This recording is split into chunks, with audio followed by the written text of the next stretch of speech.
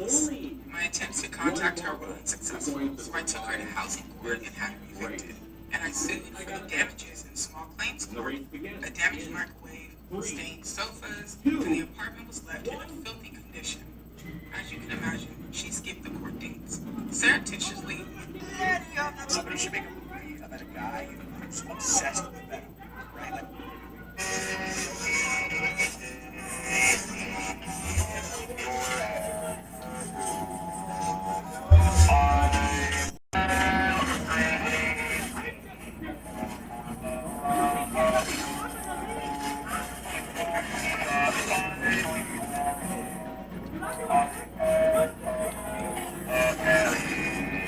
Am I the wrong for telling my coworker she isn't depressed, just lazy? So I 32 now work in a mid-sized office with a pretty chill environment. Think jeans and hoodies, half remote, free coffee kind of vibes. One of my coworkers, Allie, 27 female, started a few months ago, and she's been a lot. She's loud, she talks over people in meetings, constantly posts on Slack about how burnt out she is, even though she works from home 4 days a week, and somehow always has time to tweet during work hours. Whatever, annoying, but tolerable. But recently, she's been on this anti-capitalist kick. She's been making comments during meetings about how the company is exploiting labor, how we shouldn't be expected to grind for a paycheck, and how clocking in on time is rooted in colonialism. A few weeks ago, our boss asked us to start logging hours more accurately since some clients were questioning their abilities. Allie goes, I'm not going to cut outside of hours that feel inspired to work. That's wage slavery. I laughed. I didn't mean to. It just came out. She glared at me and said, sorry, do you find it funny that women are underpaid and undervalued? I was like, no, but I do think you're using social justice language to justify not doing your job. She went off about how I'm oppressive systems and how I'm too comfortable being a cog in the machine. And I snapped and said, you're not oppressed, Allie. You're just lazy and trying to rebrand it as activism. You can hear a pin drop. She left the Zoom. Since then, she's posted vague tweets about hostile work environments and how women of color are never believed. She's white, by the way. Now, HR wants to have a chat with me about inclusivity and communication, and half of the teams act like they committed a hate crime. A few coworkers probably say they agree with me, but no one's saying anything publicly. I'm starting to wonder if I was out of line. Maybe I should have just stayed quiet and let her rant. So, am I in the wrong? Am I in the wrong for telling My husband, our son, and I were just in the living room, and I was explaining to my husband our son's school schedule, and literally in the middle of me talking, my husband just walks away. My son looks at me and he whispers, Mom, he hates you. And you know what? My son is 100% correct. Let this video serve as a cautionary tale for all of you out there who are being mistreated, where you are being talked down to, where you are being ignored, like this woman's husband just got up and walked away, like what she was saying wasn't important. That staying together for the children doesn't help them either. They grow up to see cold and distant relationships, and that's normalized for them. Now, of course, not in all cases. Sometimes they do the exact opposite, and they become empathetic and kind to women. And sometimes they're a chip off the old block, and they end up just like their father, and they end up in relationships that mirror yours, where they're the cold and distant husband. Sometimes the best thing you can do for your child is make sure they're in a loving and happy home with amazing examples of what a healthy, happy relationship looks like. Either your son picked up on your husband's energy all on his own, or he witnessed conversations that confirmed exactly what he said. I think a lot of children of divorce would say as adults that they would much rather their parents have broken up and been happy than them forcing this loveless marriage for their sake. They're going to say, and then they're going to understand that it came out of nowhere, and that they were blindsided, and that they're shocked that you left them, and they're going to act like they're the victim. Meanwhile, he's present, but he's already gone. My husband, our son, I use my shootings. So how did you two meet? So it's actually a pretty crazy story. This guy I recently started dating introduced me to his parents, and they had a framed picture of me. We met through a mutual friend. We called Jeremy. He was cute, chill, a little awkward, but in a charming way. We went on a couple dates, and things felt comfortable. Not fireworks, but not weird either. About 3 weeks in, he asked if I want to come over to his place for dinner. Says his parents live nearby, and they're doing a family night and wanted to meet me. At first, I was like, isn't this kind of soon? But he was really casual about it. Said it wasn't a big deal, just a stop by, eat some food, say hi kind of thing. So I said, sure. We get there, and it's a super suburban house, like Pottery Barn catalog core. His mom opens the door all excited and goes, oh my gosh, so nice to finally meet you. Like she'd been waiting. His dad shakes my hand, offers me one, and starts telling me about this photo gallery while they put together in the hallway. At this point, I'm thinking, okay, weird flex, but I'm trying to be polite. Then his mom goes, actually, wait, let me show you something. She leads me to this hallway and starts pointing out all these framed pictures. Some of them are Jeremy growing up, some of his siblings, family vacations, the dog, whatever. Then she points to one and goes, and this one's my favorite. I look at it and I freeze. Because it's me. Like a picture of me. Sitting at a coffee shop, wearing a green hoodie I distinctly remember from 2 years ago. Holding a latte, looking off to the side, literally make coffee with someone.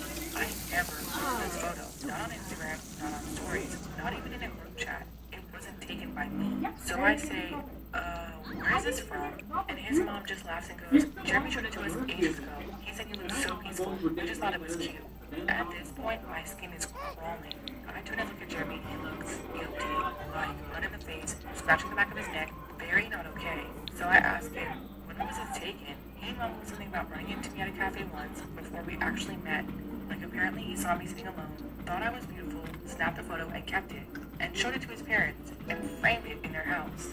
I stood there in shock while his mom kept talking about how meant to be it all felt. How Jeremy said from the moment he saw me, he knew I was special. Like this was some rom-com origin story instead of, creepy stalker behavior. I made an excuse to leave early, said I had an early shift the next day, thanked them for dinner, and practically ran to my car. I didn't block him right away. I was still trying to make sense of it, but over the next few days, I started realizing just how many weird little things had happened. Like how he always knew when I'd be free, or how he randomly ran into me at Trader Joe's twice before we even exchanged numbers. It wasn't fate. It was a calculated, slow burn obsession. I ended things, obviously. Told him the whole thing was disturbing. He apologized and said that he just didn't know how else to talk to me and thought the photo was harmless. Harmless, okay. But now I keep wondering, if I hadn't gone to that dinner, would I have ever found out? And was I in the wrong for ending things? This guy I recently started dating introduced me to his parents, and they had a San Bernardino, California, there is a missing 7-month-old. His mother said she pulled into a parking lot of the store she was going to go into. She smelled he needed his diaper changed. She was standing at the side of the truck changing said diaper when she heard someone say something, and then she woke up on the ground and her son was gone. Her and her husband, the baby's father, just did a press conference where they spoke about it, and I'm just going to let you watch that. I'm begging you, please, if anything, if you know anything, please, I'm just begging you, bring him back. I took him out of the car seat, and I laid him on the chair, and I had his diapers right here, and then someone said, hola, and I couldn't even turn, and I was just, I don't remember nothing. I got up off the floor, and I didn't see my child. Someone took him from me, came back to get my phone and call 911. I ran to perimeter, and there's nothing here. I didn't see him. I didn't see nothing. Nobody saw nothing. There's no cameras here. There's no lighting. To the person who took my son, please just give him back to us. We'll forgive you. We'll bother you. We just want our baby boy. Yes, little wavy hair, light brown hair, so soft, like a feather. Beautiful brown eyes. Beautiful baby, energetic, very playful, very happy. Don't hurt him, man. Please feed him. Take care of him. Please don't hurt him. Protect him and just bring him back to his parents that love him. I have too big a platform to sit here and say, this is what's going on, especially because I can't know what's going on. So I will just say this. When you were speaking and you were upset and your voice flutters and does the whole thing, it's because you're fighting back tears. Typically, the tears are welling up at the very least, if not already running, when you're catching, because that's how that works. There ain't no tears with either of them. That is... I mean, if you were auditioning for my movie, you would not be cast because that performance was awful. This is the little boy. I hope to God he's found and he is safe. But that does not look promising. San Bernardino, California, there is a missing 7-month-old boy. The first time we ever prayed together, she prayed for me. I told her, this is what's going on in my life, it's bad, and once the world finds out, my life is over, my career's over. My livelihood was attached to whether people thought I was Christian or not. When I shared with her, it was like embarrassing and painful and all that. She leaned across the table, and she grabbed my hand, and she just started praying for me. This is when we're still friends. I think people believe that if they've been happily married for 10, 15, 20 years, that it doesn't really matter how they got together. Because you're telling me this married man came marry him, you pray for him. She goes on to talk about how her biggest fear is being cheated on. So you marry the man who cheated on his wife. I just feel like people think it doesn't matter as long as they're happy. How could have gone our entire lives not knowing this how they got together? But they insist on telling us. And these men insist on saying it like it's some kind of humiliation. Which is, look at all I put her through. She's still here. There's a viral clip of her talking about how he had to show her his divorce papers. Yo, I'll be out here looking crazy. Like, let me see the paperwork. So you wanted to verify that the man that you were comforting and counseling when he was cheating on his wife wasn't also cheating on you. And of course they put God in it. And they talked about how the old her would have been like, I'm not messing with no man who cheated on his wife. With this version of her was able to comfort him and to pray with him. It's like the pastor brought her husband's clothes while he prepared to meet his mistress. They always act like God gave them the grace to deal with these flawed men. I'm sure they think their marriage is beautiful. But some of these origin stories. The first time we ever prayed together, she prayed for me. I told her this is what's going on. Looks like Trump just sent what some have been calling his secret police to seemingly intimidate Gavin Newsom while he was announcing that California will not let him steal the 2026 election. Newsom's press office also responding to the situation, saying Trump's private army is illegally on private property. He will not be intimidated by this weak little man. Like this, as Trump appears to be suggesting that he'll do what he's doing in D.C. pretty much everywhere in America. Saying D.C. will serve as a beacon for the rest of America, and saying he can do what he's doing there to Chicago, New York, Los Angeles, and the rest of the nation. But Trump also saying that if Congress won't extend his takeover of D.C., then he'll declare a national emergency. Now, reportedly in D.C., the feds began setting up checkpoints so that Americans would have to identify themselves and consent to searches in order to pass through to their homes. When the crowd of protesters grew considerably, the feds reportedly ran away. You had a man yelling at the military patrol in D.C. saying you have an obligation to release this unlawful order as the guards seemingly ignoring him. You've got the Pentagon preparing a military quick reaction force that will be sent to American cities to put down protests. And you've got the White House now really changing the Smithsonian museums to make sure that they align with President Trump's interpretation of history. And it's embarrassing for me to be up here. You know, it's like Trump just sent what some have been calling his secret police to seemingly intimidate Gavin Newsom while he was in... Got me by my phone. She's a pain in my ass. That's how I like.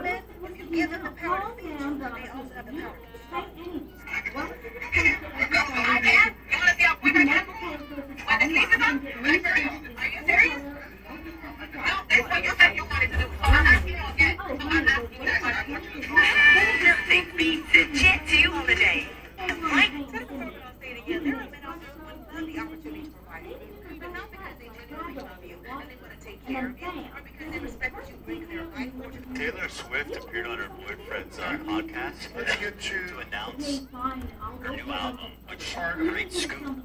Great scoop. It pays, man. I looked at this like an hour ago. It was at 11 million.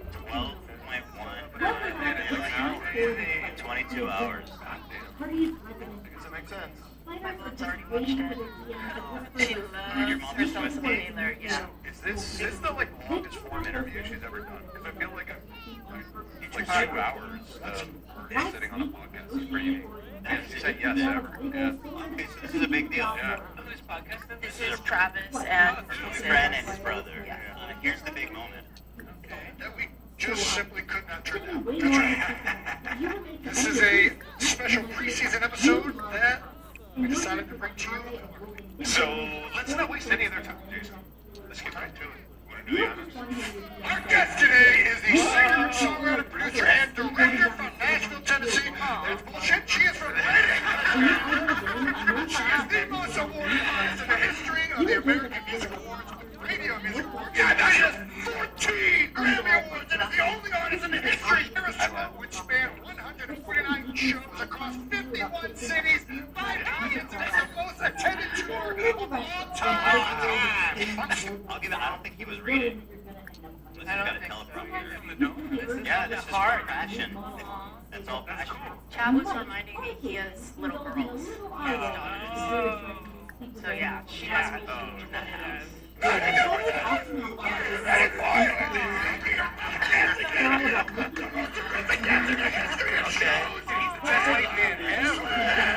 That's how I expect to be introduced by Dan. Should we introduce you like that every episode? I am free fucking everywhere I go, damn it.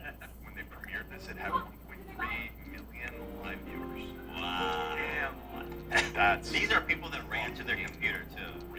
She just kills on every platform, whether it's, she's streaming service or in store events or concerts or just anything. Podcast interviews. She's global. She's the go, I mean, she really kills it. They've been dating for a while too. I gotta say, that seems like a nice thing. She invented football. She invented football. She definitely did. At least a lot of girls. Yeah. Never existed before. I truly believe that she would not have gone on his podcast and announced her album if she didn't think that they were going to end up together. So I really think that that's serious. Yeah. Taylor Swift appeared on her boyfriend's podcast. In part one, we left off with the remains of 24-year-old Mitrice Richardson being found deep in a remote. Imagine you're arrested over a $90 dinner bill, then the police release you alone in the middle of the night, miles from home, with no phone, no wallet, and no car. That was the last time anyone saw Mitrice Richardson alive. Mitrice Richardson was 24, living in Los Angeles, working as a receptionist, and dreaming of becoming a psychologist. Friends say she was bubbly, adventurous, and never afraid to try something new. On September 16, 2009, she drove out to an upscale restaurant in Malibu called Joffrey's. Witnesses later said her behavior that night was odd. She joined a table of strangers, made strange comments about astrology and settling her debts, and then walked out without paying her $89 bill. The staff called the sheriff's department. When deputies arrived, they found a small amount of flour in her car and decided to arrest her. Here's where it gets eerie. Instead of keeping her overnight or calling a friend to pick her up, deputies released her at 12:15 a.m. in the pitch-black, rural canyon area she didn't know, with no phone, no purse, no money, and her car impounded miles away. The closest open business was a 24-hour store about 6 miles down the road, but Mitrice didn't head that way. A resident in a nearby neighborhood called 911 saying a young black woman was in their backyard, speaking softly. They went outside and she was gone. That was the last confirmed sighting of her. For months, her family searched, begged for answers, and questioned why she was ever released under those conditions. Then, nearly a year later, hikers stumbled upon human remains deep in a remote canyon. They were identified as Mitrice. But here's the thing, the location of her body, the conditions of the remains, and the police's explanation left more questions than answers. In part 2, we'll talk about the theories, the suspicious canyon nearly a year after she vanished. But the way her case was handled, it has people convinced the truth is still being hidden. Her remains were discovered in August 2010 by park rangers in an area so rugged that even experienced hikers avoided it. Her body was partially mummified, and, this is crucial, parts of her skeleton were missing, including her hyoid bone, which can indicate strangulation when damaged. Instead of treating the site like a crime scene, the sheriff's department airlifted her remains out without a coroner present, destroying potential evidence forever. Her family said they weren't even told immediately, and when they asked for the original footage from the night she was arrested, the department claimed it had been accidentally erased. Police claim that she likely became disoriented, wandered into the wilderness, and died of exposure. But many believe she may have been followed, or even harmed by someone connected to the department, and dumped in the canyon to cover it up.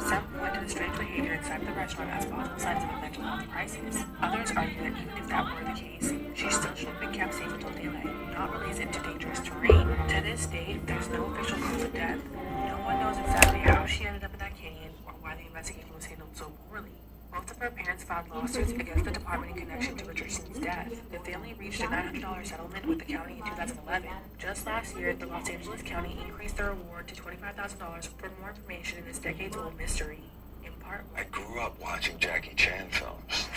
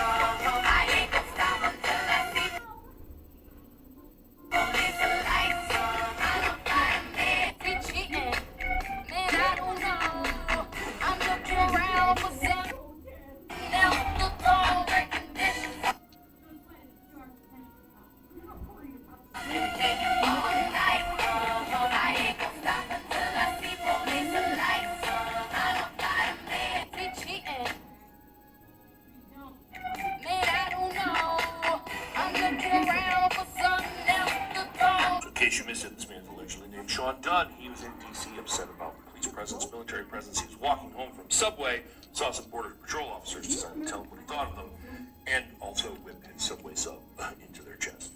He took off running, but was subsequently caught and arrested for assaulting an officer. Now, one could argue that that is actually probably more positive use for a Subway sub than actually consuming it, but you can't throw stuff at police officers, you're going to be arrested. However, I'm pretty sure if you threw a soft, soggy sub sandwich at a police officer, you wouldn't necessarily expect to catch a felony charge. Be charged with felony assault for throwing the sandwich. Now, he did just have a hearing where he was released on his own recognizance, and the judge finds the felony charge excessive, but still, he's got a rocky legal road ahead. He also worked for the DOJ and was terminated from his job for doing that, and all of that makes sense. Except...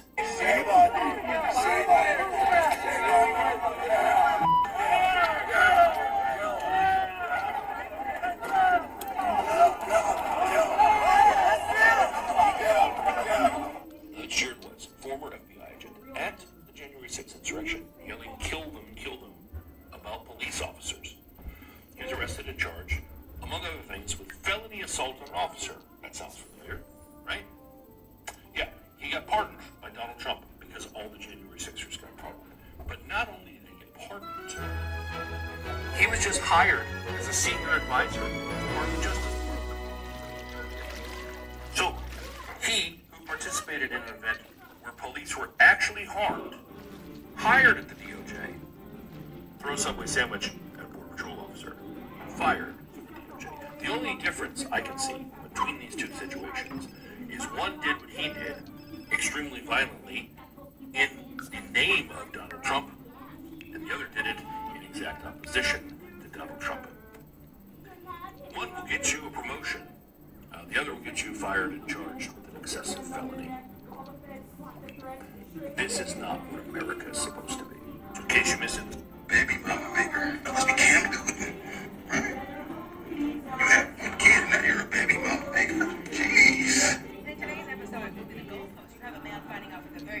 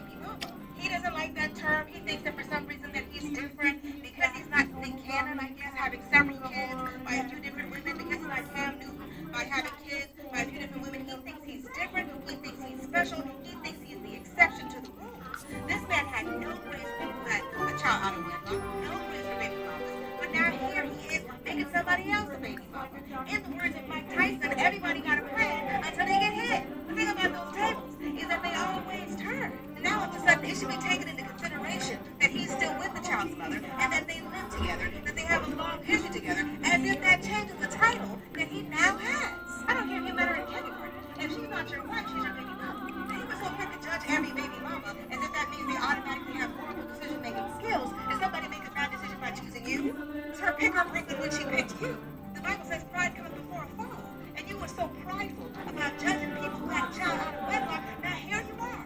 You're one of them. And now you want to be given the grace that you never gave to anybody else. Maybe now that you found yourself in the same situation, you can have more grace for others. In the words of Tyra Banks, learn something from this.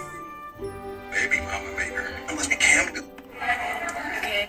Edward, hi, Edward. I've not been online really at all in the past 24 hours, so I'm sure this has been said, but I need to say it. I do not want to watch the New Heights podcast.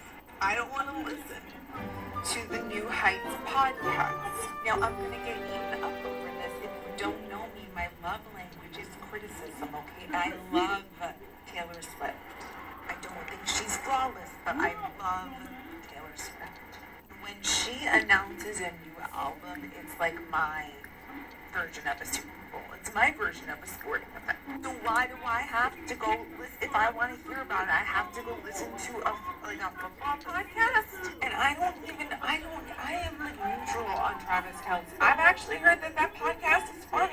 But my point is that Taylor is for the girlies, for the theys, and the gays. And I appreciate the fact that she is going to make a bunch of NFL-loving bros listen to her album announcement. She's forcing herself into their space, and for that I say good for you, girl. But I don't want to be dragged into that space. I am dealing with enough straight, white, cis men in my life. I don't want to have to go listen or watch the podcast. I don't listen to any podcast that involves straight cis men. So, like, the point is this, can somebody tell me what happens on the podcast? It drops in an hour. I've not been online really at all, and then I hit puberty, and I was like, oh no, I guess God just hates me right now. That's a bummer. That's a joke. God doesn't hate anybody, all right? Not anymore. But have you read the Old Testament? Holy shit. The Old Testament is my favorite Taylor Swift album. It is banger after banger. Just like, you don't believe in me? Snakes! Look what you made me do! I'm a 20-something white woman. Obviously, I'm going to compare T Swift to the Lord, alright? She is the only God I still believe in, alright? I don't see God revamping his old shit, and let's be honest, he probably should, because the people who own it now suck.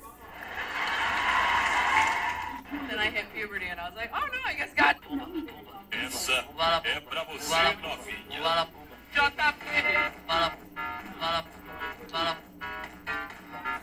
What? And I cannot emphasize this next part enough. The actual fuck. A jury found that Meta was illegally collecting user data from the Flow period tracking app. And not just Meta. Flow Health told users their sensitive reproductive health information and survey questions would not be disclosed, but that personal data ended up being shared with companies like Meta and Google via their respective online and related tools, known as software development kits, according to a separate court filing.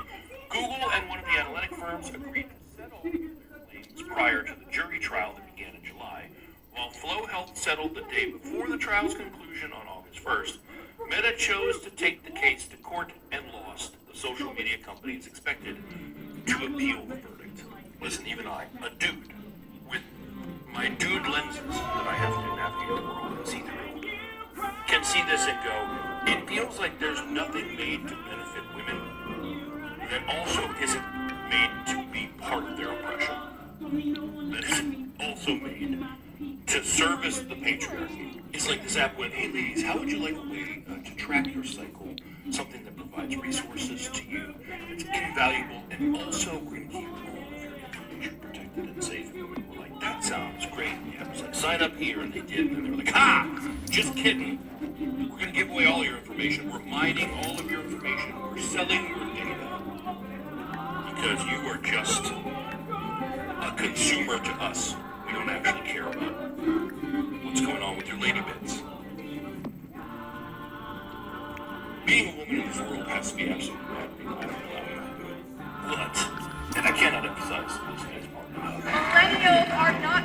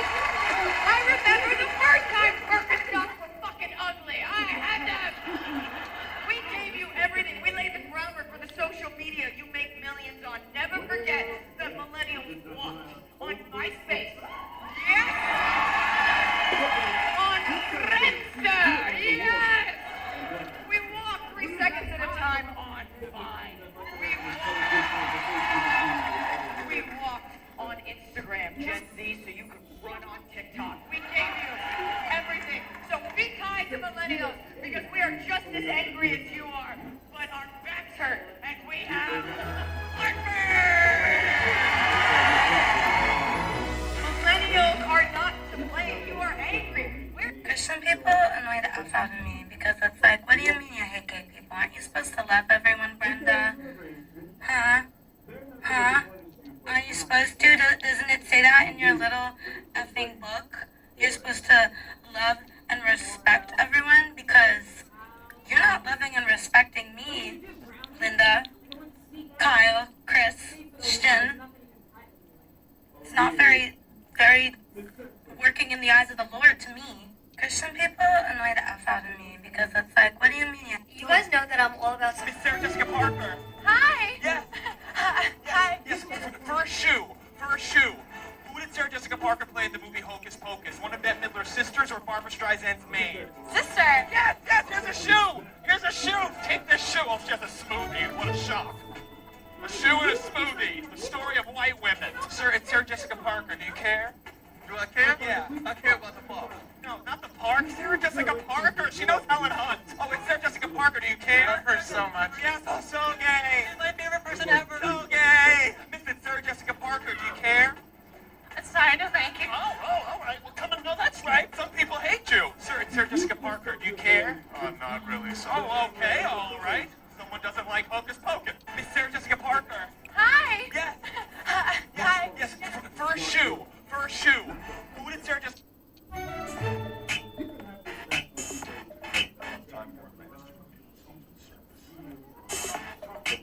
won't. I'm on this one.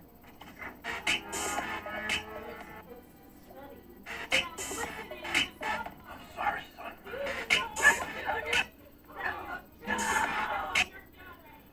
Dollar General is the stuff of nightmares. Dollar General is straight out of a horror movie. And I don't say that because of the experiences I've had at Dollar General. I say that because of where they put Dollar Generals. Dollar General will be the last thing you see before you die. And not in a curse sort of way, not in like the Ring sort of way. Dollar General will be put in the middle of a field.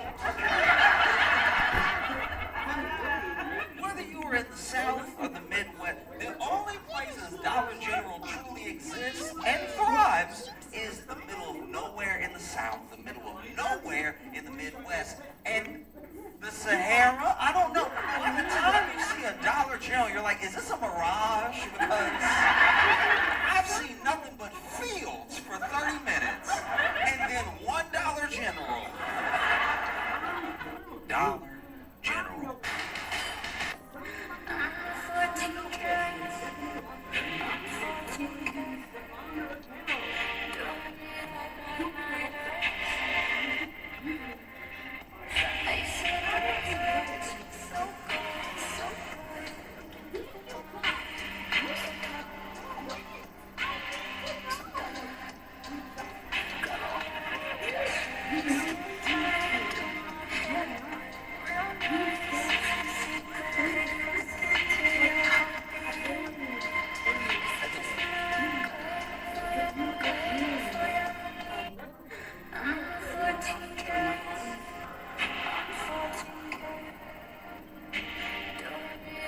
When I saw that he had won, I just want to say, look at us, we're giving the extremes of the human physique.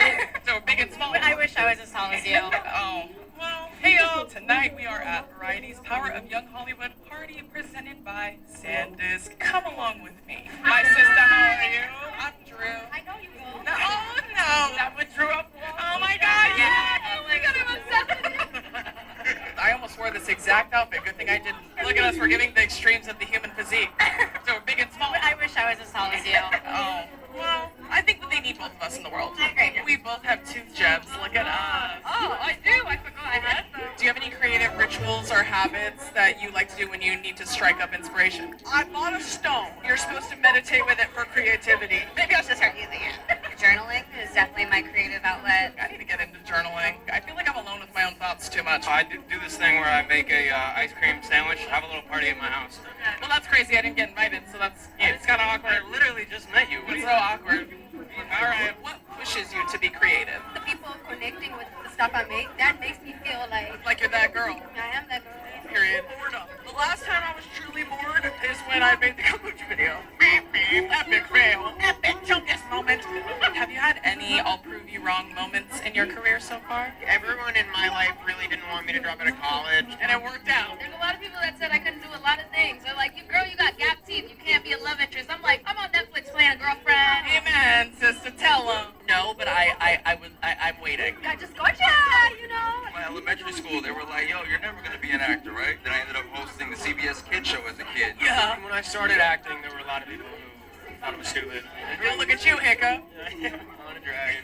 What makes you feel young in Hollywood and what makes you feel old? I'm starting to feel like an old soul, but I used to be outside like a dog. Now you're an indoor cat? making lists where they call you young. How old are you? I'm 18. I just turned 18. Oh my god. Forget it. The talent does keep getting younger. Anyone else notice that? Oh, you're not allowed to be younger. You said I'm baby girl, that's me. Some of the dance trends they got going on, I'm like, what happened to the Dougie? We're losing the ancient texts. Whenever I go in a photo booth in a bar, I'm like, I'm 22. Yeah. Makes me feel old. My age. Me too. We're out over the hill, apparently. When red carpets are too serious, then it's like, relax. Like, it's just something slang. No. I don't know. I can't keep up with all the lingo. Oh my god, I feel Skibbity toilet riz. I don't understand that. My niece is on iPads. I took them to a trampoline park the other day and they got bored. They're like, we should have stayed home and played Roblox. I'm like, good to know. I'll remember that next time. I'll tell my credit card. Well, that's gonna do it for our night here at Variety. Okay, no, dating on the internet is wild because this is my Hinge profile. Okay, starting off, not that interesting, for sure. But then, we'll get along if capitalism makes you want to cry. A random fact I love is the CIA once sent a woman to kill Fidel Castro, but when she got there, they just made out instead. Two truths and a lie, I'm a New York Times bestselling author. I have an estranged twin sister who's a Republican congresswoman living in North Dakota, and I drive a Kia. I'm an only child, so I think that's pretty obvious, right? And then some pictures to round it out. Okay, this is my profile. Why did a Zionist like me? What about those politics that I've expressed would make a Zionist be like, that's the one for me? The atheist, non-monogamous communist who hates capitalism and knows random facts about the CIA and Fidel Castro. We're gonna buy. We're gonna buy. That's what this person thought. They looked at me. I do not hide my politics on dating apps. Look, I used to this politics other. You know what that other means? That's the one, all the anti-capitalist socialist trash, that's the one we use. That one's for us. Dame un grr. Un qué? Un grr. Un qué? Dame un tu, ta, ta, tu, tu, tu, tu. Okay. I hope I don't know the answer. Dame un grr. Okay. Honey, right?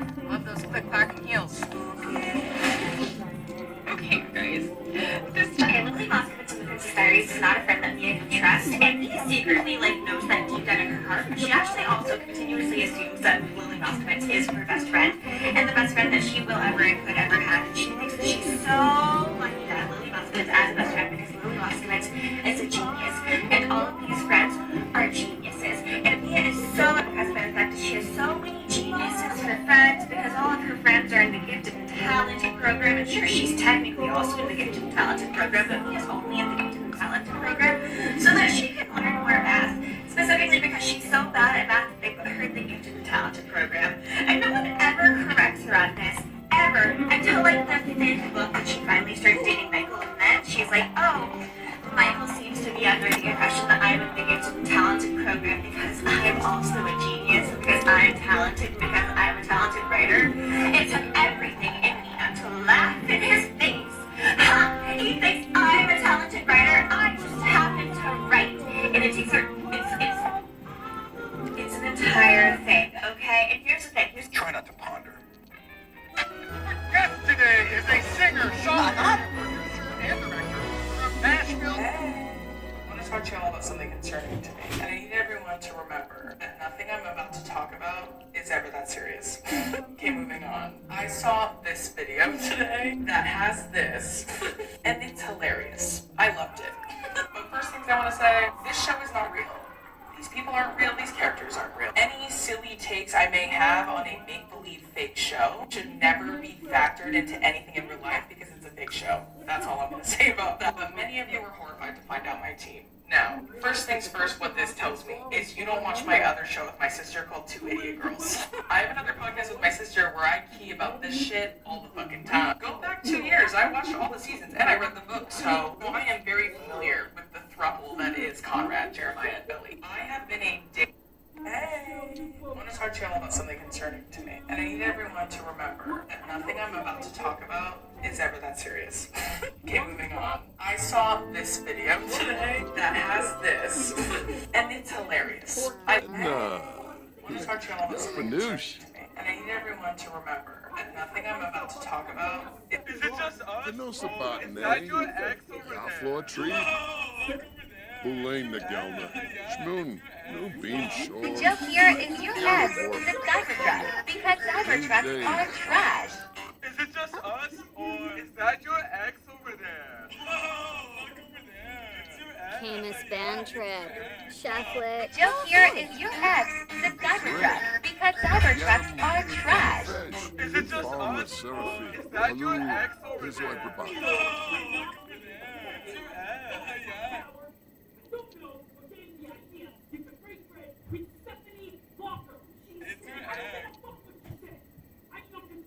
Is ever that serious.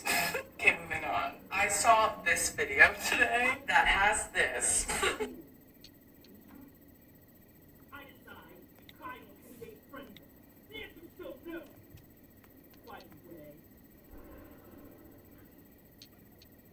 And it's hilarious. I loved it. But first things I want to say, this show is not real. These people aren't real, these characters aren't real. Any silly takes I may have on a make-believe fake show should never be factored into anything in real life because it's a fake show. That's all I'm going to say about that. But many of you were horrified to find out my team. Now, first things first, what this tells me is you don't watch my other show with my sister called Two Idiot Girls. I have another podcast with my sister where I key about this shit all the fucking time. Go back 2 years, I watched all the seasons and I read the book, so I am very familiar with the throuple that is Conrad, Jeremiah, and Billy. I have been a day fucking one Team Jeremiah bitch. And before you fucking jump me, listen up, alright? Jeremiah has consistently been the more emotionally mature brother in that fucking throuple from seasons 1 and 2. He's never, ever played about my girl Belly, period. And he's a big dork weirdo like she is. Conrad, on the other hand, has been ignoring that fucking bitch since day one. Then she got her braces off, took off her glasses, grew some tits, and all of a sudden he's team, he's game, right? And here's my thing with that. I don't like a bitch that fucks around on a girl, and then when he's ready, it's time. I hate that trope. I hate it in everything. I hated it in One Day Two. Some of you don't want to hear that, but I hated it in that one too. Because the similarities between those two stories is that she's always been that girl. It just took him a million fucking years and fuck-ups to realize. And that's on him, ho. That's how I deal. Now, that has been my stance historically, and I wear the badge proudly. That being said, Season 3 has been the most successful hate campaign thrown against my prized horse bit. They have made Jeremiah unbelievably unfucking bearable in this entire season. From episode 1 till now. Slander has worked. It has convinced everyone to jump ship. Right now, I'm team everybody go the fuck home. You're pissing me off. I'm team Laurel, bitch. Fuck all them kids. I'm team nobody. She should go to Paris and fuck off from this family. That's how I feel. But you will never get me to join Team Conrad. Nope, sorry. You want to be on the wrong side of history? That's on y'all. All that being said, this is all jokes, all fun, nothing that serious. I fucking promise. Let the kids play, okay? Let the divas watch the Samurai turn pretty and key about things that don't matter. Please, please, okay? Anyways, that's it. Those are my thoughts. Love you.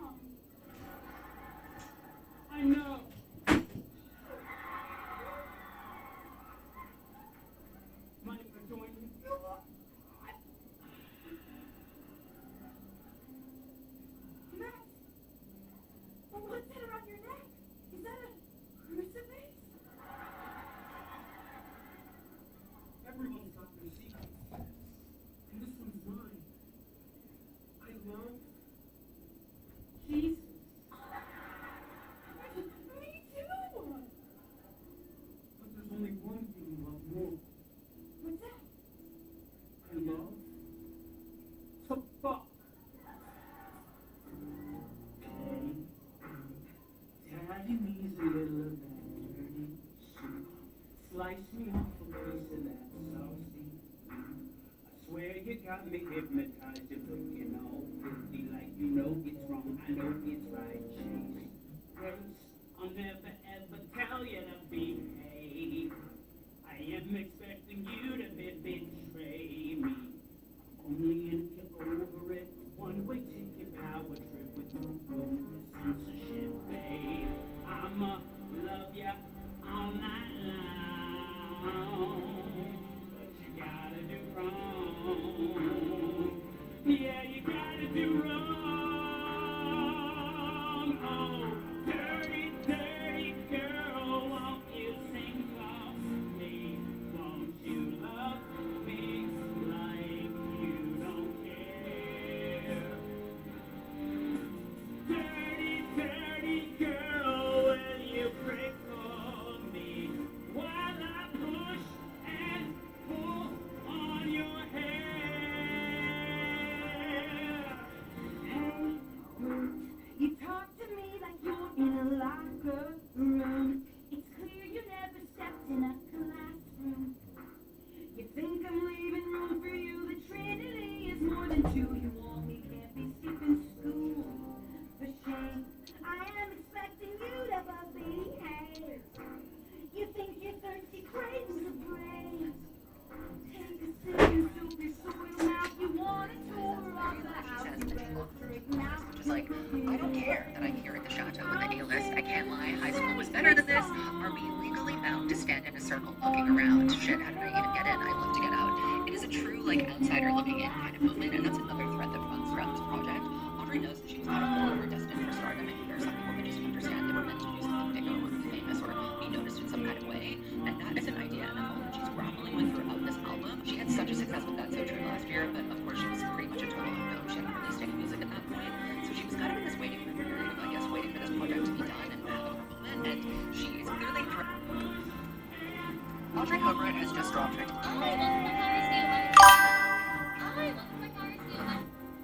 I think I'm loving you more than I should. You got my judgment on muddy and cloudy. But the dirty girls too got me hungry for more. I'm loving it foul, but it's good. You break your heart for the fun and it's muddy. But the dirty girls too got me hungry for more. Hungry for more. Hungry for more. Hungry for more. I'm a good girl. I'm a good girl.